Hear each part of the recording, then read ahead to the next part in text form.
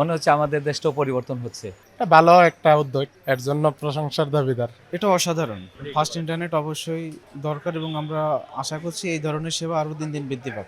So if I don't get the net, তো আমার ফ্যামিলির সাথে কানেক্ট করতে, ফ্রেন্ডদের সাথে কানেক্ট করতে অসুবিধা হয়। তো আমি তো আজকে খুব ইজিলি পেলাম যে এই সুবিধাটা তো আগে পাইনি। আজকে খুব সহজেই আমরা একটা উবারও কল করতে পারলাম। হ্যাঁ, খুব ভালো লাগলো। হ্যাঁ, এই আপডেটটা দেখে খুব ভালো লাগলো।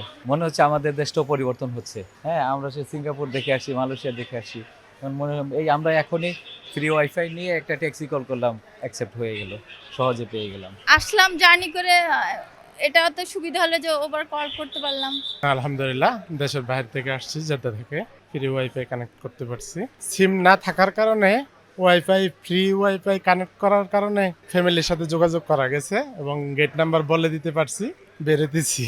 এই তো 18 মাস 17 মাস পরে আসছি। ওয়াইফাই নেটে দেখছি এবং আপনাদের টেলিভিশনে সংবাদ প্রচার করছেন, ওইগুলা দেখছি। হ্যাঁ, স্ক্যান করছি, ওই জায়গায় ইমিগ্রেশন করার আগে, শেষ করার আগেই স্ক্যান করছি, করে ফোন দিছি ছোট ভাইকে। এটা ভালো একটা উদ্যোগ, এর জন্য প্রশংসার দাবিদার। ঈদ লাগছে মনে, খুশি জোয়ার সবখানে, আর ঈদ লাগছে মনে, বিকাশ পেমেন্ট সবখানে।